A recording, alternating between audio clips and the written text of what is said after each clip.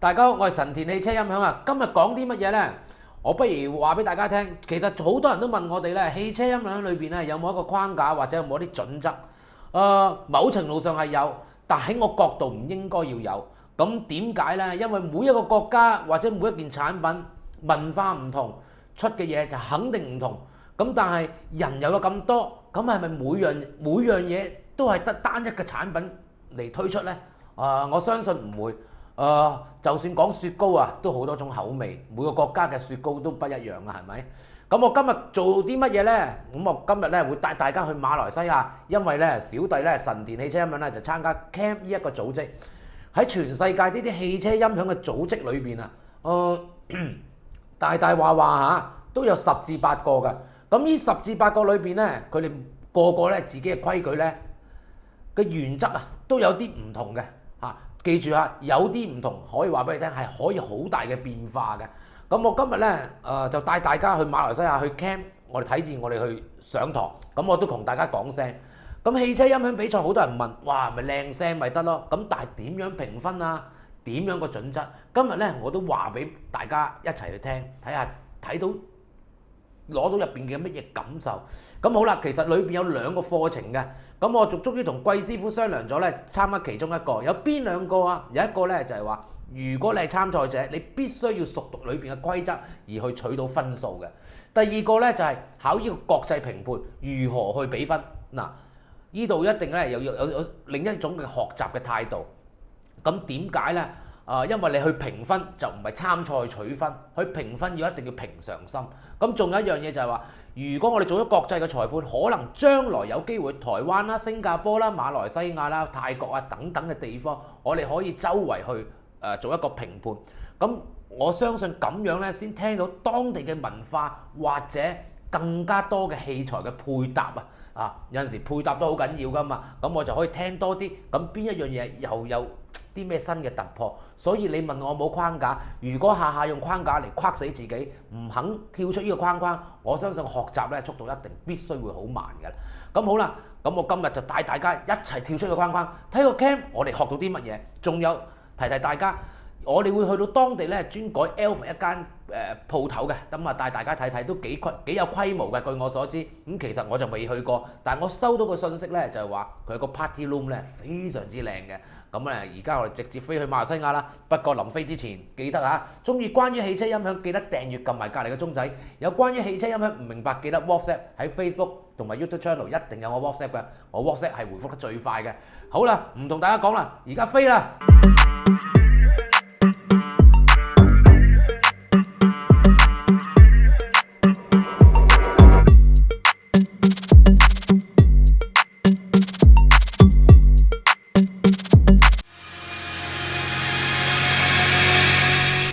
早晨啦，終於嚟到咧一陣間我哋上課嘅地方。咁呢個上課地方咧，佢自己咧都有工場嘅。其實咧，佢哋而家入邊咧，我哋係等緊導師。翻嚟嘅時候咧，我哋就可以入邊上堂。好啦，拍攝入邊嘅環境俾大家睇下。咁我哋而家 ready 緊嘅啦。冇話咩嘅，都係天外有天嘅。啱啊！呢度我呢度咧就有，譬如睇到啲舊。呢度就係上堂嘅地方。咁陣間睇下講解下上堂嘅有啲咩特別嘢。嗱，呢啲就係佢嘅作品，以前都係出邊係裝車嘅店家。OK， 一陣間見。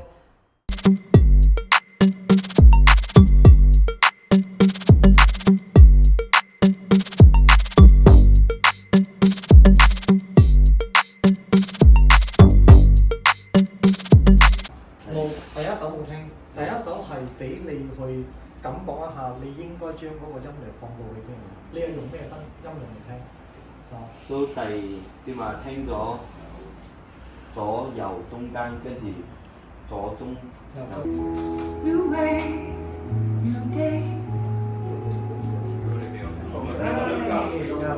好舒服啊！你容易聽得到我要俾我但係你中意。早晨啊，咁啊，終於嚟到第二日啦，咁啊啱啱起身啦。咁啊，琴晚呢，我哋大家都睇到啲影片，就係話，我哋就第一日去上堂啦，咁啊去了解個課程啦。咁啊，我哋係今次呢，就帶埋達師傅同埋阿貴師傅嚟做啲乜嘢呢？我哋就考 Cam 呢一個呢，我哋直接係親身係考評判牌嘅。其實係假設有10個呢啲嘅組織啦，如果呢10個我去上晒堂啦，我了解晒啦，就等於其實有10個客人嘅要求唔同呢，而能夠我哋都去處理嘅，因為每一個人同埋每一個組織嘅諗法都唔一樣，所以呢，我哋就係唔會用單一一個組織嘅諗法而處理嘅。咁但係每一樣嘢都有好同有壞嘅。咁點解我要今次揾阿達師傅同貴師傅嚟呢？咁我哋就因為商量。攞咗一啲好嘅嘢，我哋都會去檢討嘅。我哋自己神田自己都會內部開會。我覺得一啲嘢好有用，我哋一定要堅持到底。有啲嘢覺得好似冇乜用，不過我哋都要留起佢，可能會適合一啲其他嘅客人嘅。咁所以呢，我哋就會盡力去做呢樣嘢。咁好啦，今日去到第2日做乜嘢啦？咁琴晚就琴日肯定上課啊、上堂啊、碌屎啊。咁琴晚我哋好早翻到嚟酒店呢，我哋就攤開晒所有嘅嘢嚟去讀啊，去睇，因為始終係英文嚟嘅，咁有啲細節位置都唔知係乜嘢，咁我哋都要翻譯翻。咁睇晒啦。咁晏少少做啲乜嘢呢？咁食完個早餐呢，我哋翻去呢就直接考試。咁因為我哋係考一個評判啊，咁一陣間又會計分子啦，點樣去評啦，咁一齊去評，咁睇下今日嘅測試當一個測驗啦，睇下合唔合格啦。咁合格咁梗係 OK 啦。咁但係之後呢，我哋都要去其他國家去實踐。去做評判，咁一路攞多啲更加多嘅經驗。咁之後呢，都會帶大家呢去當地嘅馬來西亞呢比較出名嘅汽車音響公司。但係呢度我未去過嘅，我未了解到啲乜嘢。不過佢同我講呢，佢就專係改 Alphard 同嘅汽車音響同埋 Alphard 嘅配件嘅。咁我都會帶大家去當地呢度睇下人哋嘅汽車嘅文化。咁我希望帶多啲嘢俾大家。咁係啦，咁差唔多啦，咁我就咧落去食個早餐，就即刻要去啦，再同阿貴師傅咧咪下本書先。咁唔係一陣間肥佬就好鬼魚噶啦。好啦，一陣間見啦。而家咧就分開幾隊，咁而家我同阿達師傅、阿貴師傅就等上車，咁上到車咧就拍下點樣，咁應該翻到嚟香港咧。我哋先至再講裏邊嘅內容好啲，咁一陣間上車睇下先啊。第2個部分就低，第3個部分就高。你先聽第1個部分，呢3個平唔平均？OK， 如果係平均呢，你一定要俾5分㗎啦。因為一開始呢，我哋係攞一個標準，咁樣再接落嚟低音嘅時候呢，佢係咪大過呢個中？OK， 咁樣你而家你可以俾咗呢個分先。好，瞓翻轉頭 perfect 嘅，即係完美嘅。你呢隻咧應該係走在右手邊，但係中到中線嘅。咁你又睇前青，前青咧就係7、4分。就咁簡單啫。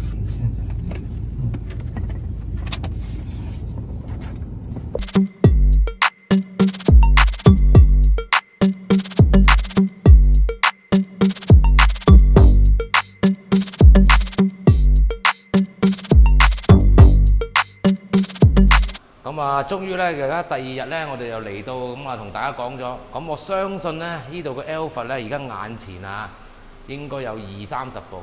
咁呢一度咧係專改 Alphard，即係佢哋叫 VIP 啦。咁可能由細燈變大燈。咁呢度好特別嘅，交車咧又有儀式啦，又會送花，又會送蛋糕。咁最特別做乜嘢咧？佢哋有 party room 嘅，有間房間。咁亦有佢貨倉，我哋又睇睇佢工場。OK， 呢度係啦，我哋準備入工場。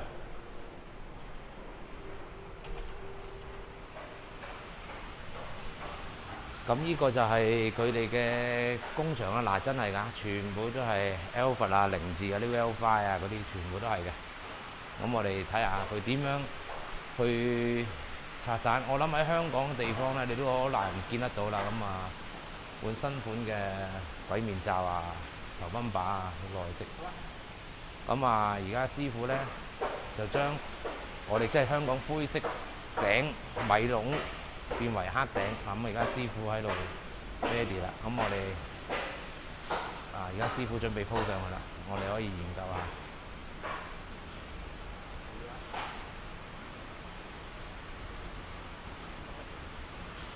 其實個車頂都幾難拆㗎。嗱，呢度有一個。嗱，所以有啲人覺得啊好簡單啊，好易做，真係到你自己拿起把架撐都唔知點樣掹佢出嚟。啊，好多，我又睇下邊啲拆散咗，細凳變大凳啊！佢呢度好得意㗎，佢哋係可能攞啲水貨車翻嚟啦，然之後根據客人要求變咗啲乜嘢版本啦，然之後訂嘢啦，咁一陣間我哋會上邊睇睇嘅。嗱，呢啲全部拆到通晒㗎啦。中意點改音響點改，咁佢哋都會咩？嗱，呢部係凌志嗰個版本啦，呢部應該係堅嘢嚟㗎嚇，呢部唔係流嘢啊。嗱，按摩椅嗰啲凳啊 ，OK 係啦。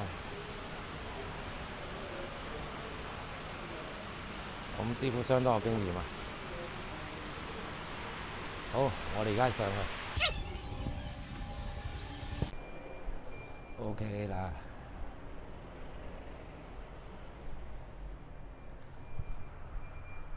辦公室啦，我就講話呢度係一個買賣車嚟嘅。咁好啦，我哋去 party room 同埋其他地方望一望。你可以幾千蚊就可以運過去香港嘅新嘅，呢啲啊，好靚嘅，特別版本都靚喎。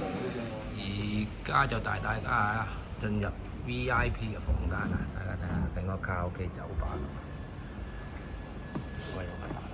呢度就係攞車嘅一個，即係講一個做個儀式俾你嘅時候，一個儀式嗰時候，然之後咧就我哋會會擺啲糕點啊、飲品啊喺呢度咯。咁啊，客仔可能你帶3、4個人過嚟，或者係成7、8個人過嚟，坐喺呢度傾下偈啊，講下車嘅心得啊，買咩車啊，幾多錢啊咁樣。我可以另外一方面，我亦都達標，我可以做一個位咁靚，我亦都可以做全部嘅咁靚，得唔得？得。呢啲就係你去經過咗嗰個過程，而做到某一個水平，然之後將呢一樣嘢再去應變，而唔係講我死我一定要跟你咁，呢粒嘢向呢度我就要向呢度響，係你要向呢度響。有一啲人唔介意，我要向呢度響，其實嗰啲聲唔聽得咗。有幾度曾經何時有，即係挨埋我哋嘅搞咗，呢個冠軍車嗰張咧，嗰啲外人一聽嘅時候，點解啊？呢啲聲咁嘅都唔聽得嘅，細隻冇感覺嘅。我同你咁，你哋冇將你冇將呢一樣嘢睇比較闊，唔係將呢樣嘢睇得咁窄嘅，即係我要比賽，我要攞冠軍，我要就咁樣做，唔係嘅，唔係嘅，係呢一樣嘢係你學到咗呢樣嘢，點樣將呢一樣嘢去應變，去令到你可以將呢個技術發揮喺我哋嘅成個市場。終於翻到嚟香港啦，大家有冇睇到導師講啲乜嘢啊？咁我都想講講先啦。導師嘅結尾咧非常之講得好好，就係話有一啲冠軍車咧，可能俾一啲車主再聽嘅時候，哇，點解會咁聽嘅？點解會咁樣咧？其實咧，每一個組織咧都會俾一個啲欄杆，一個跨欄咁樣。呢個欄杆咧，可能一啲高啲啦，一啲低啲，可能擺斜咗。咁你點樣能夠去越過？咁我肯定係俾一啲欄杆你哋去跳過去啦。咁其實就係話佢俾一啲範圍你要必須要去做得到而去攞分嘅。咁所以咧有陣時針對性去攞分咧，並不是係俾客人去聽。不過就係話，去到結尾嘅時候，導師都講過就係話，我哋將身上學到嘅嘢點樣擺翻落去，俾翻我哋自己嘅客人點樣拓展自己嘅汽車音響嘅領域嘅。咁我都希望大家感受到。所以咧，你問我有冇框架喺我原則上好似有，但係喺我咧工作嘅態度唔應該要有，因為我要迎合多啲嘅客人嘅口味而能夠去幫你哋去處理嘅。咁仲有啦，大家都睇到 Alphard 嗰度啦，咁非常之靚啦。咁不過我哋重點咧都係講翻培訓有幾樣嘢，都講少少嘢先。我哋有7個香港人去啦，咁啊當其時考試，咁亦有啲話喂，可能阿達師傅，喂我驚我搞唔掂喎，聽唔出喎。有位朋友嚟同我講，喂我驚我唔掂喎，我淨係講咗一句，你只要將平常心放喺度，聽到嘅問題，聽到嘅嘢就話翻俾自己聽，你就評分。咁點樣去一個準則啊？嗱，我今日呢度有本書啊，咁呢個Ken 咧真係做得非常之好。喺以往我參加其他嘅地方咧都冇呢一本書嘅。當你一啲問題好唔明白、好唔明朗嘅時候咧，呢一本書咧就好好咁樣解決你㗎。唔知大家睇唔睇到？一陣間再影。例如先啊，呢本書第幾首歌佢講解就係話左聲道同右聲道你都要評分嘅。咁啊，左聲道同右聲道啦。咁我講左手邊，佢可能有個樂器，佢就會計發聲啦。佢就會當你唔明朗嘅時候，佢就會有呢度一個好似個問題去問你。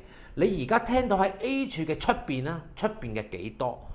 最遠嘅 A 處嘅出邊咧就為10分，去翻 A 處咧就係大概係9分 ，A 處入少少可能8.5、8分，甚至乎咁樣騰入嚟。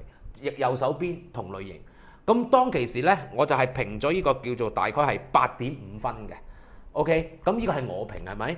咁啊其實裏邊咧都好多個指引咧，有邊啲位置啊，去到邊度啊，應該係幾多分？當你唔明朗嘅時候，你可以揭呢一本嘢去睇嘅。OK， 呢本係評判用嘅嘢嚟嘅，咁啊非常之好。咁好啦，最終我哋7個咧，我哋考呢個評判牌得出嘅結論係乜嘢咧？我哋第一次嘛上去評分，得出嘅結論咧，我本人係277分，阿達師傅咧係274分，相差係幾分？你要記住啊，270幾分係相差3分，即係每一個項目或者每一度都係一啲0.5，甚至乎好多時都係同分。但係話俾你聽，我哋足足7個人咧。相差唔夠超過喺6至8分，唔夠嘅即係大話唔夠嘅，可能有啲係280幾啊，有啲啱啱係269啊，或者係272啊、220幾咁樣。咁你可言之就話，原來大家都唔識，然之後咧，我哋再考呢個牌出嘅結論之後咧，個分數咧係好接近，即係換言之就話。只要講解俾客人聽，一般人都聽得出而評到呢一個分數出嚟，只不過裏邊可能就要習慣多一啲嘢啦。咁我相信咧，呢樣嘢就好公平。咁好啦，喂，到評分有啲人就問，當如果做參加比賽嘅，驚有啲唔公平喎。嗱，我例如先啊，例子嚇，當一個比賽出咗嚟之後咧，佢有一條線咁樣嚇。可能呢度咧，呢一條拉咧就有8或者16架車去比賽。我講8架先，可能8架車，呢8架車都係咬下槍去評嘅啫，其他人不能評。咁仲有如果假設我去到菲律賓，只有香港人去評。有一日香港可能搞啲嘅賽事咧，只有馬來西亞人評或者其他國家，就不定係唔會有本地人啦，即係唔俾本地人去評㗎啦，一定係其他國家嘅人去評。咁仲有以前咧，我參加啲音響比賽咧，好多時就評分咧，就攞張紙仔mark完之後咧，就可能掉上大會，大會就第二日出分數啦。今日呢個好公平，只要攞部手提電話、iPad 又好，乜都好啦。即時你聽到啲乜嘢唔明朗㗎，咪睇本簿啦，就填幾多分。當填完咗幾多分之後咧，確認咗之後咧，我本人係評判的話就確認，然之後參賽者就確認。呢一張分紙咧就即時上傳嘅。OK， 天皇都冇得改，即時上傳係天皇都冇得改。咁好啦，當大會咧又話，喂，有可能有個參賽者，喂，我覺得呢一範咧阿昌係聾嘅，左手邊唔應該係10分嚟嘅，阿昌俾得8.5唔得，佢可以同大會嘅主席咧去投訴。但係咧呢一個環節咧，我希望下一次先至去講，因為點解咧？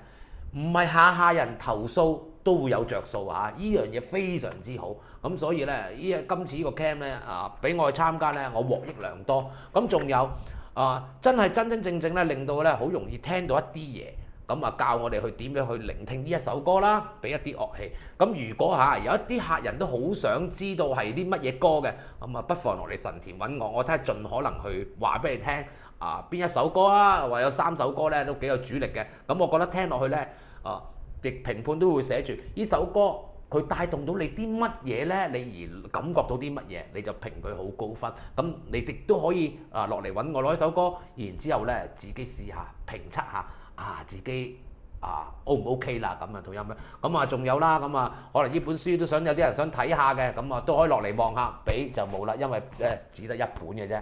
咁啊嚟到呢度差唔多啦，咁啊我想話俾大家聽咧，咁啊嚟到7月份咧，我希望貴師傅咧親自拍段YouTube 嘅片拎翻嚟俾我哋啦，因為佢代表我出席咧，直接去德國嘅廠。又係喜力士巴士嘅工廠，咁可能有啲新嘅發佈會，咁啊希望咧喺德國裏邊咧，佢就幫我拍攝多啲，睇下喜力士嗰邊有啲咩新產品，咁啊由貴師傅咧親自去介紹啦，咁啊希望佢盡量拍多啲片俾我啦。9月份咧，我哋神田咧已經計劃咗，咁啊有一啲小嘅突破，咁所以咧記得關注我哋，咁啊跟貼啲，咁啊希望咧睇下汽車音響裏邊咧有冇更加多突破。咁好啦，嚟到呢度，我要同大家講聲再見啦，記住支持我哋啊，拜拜。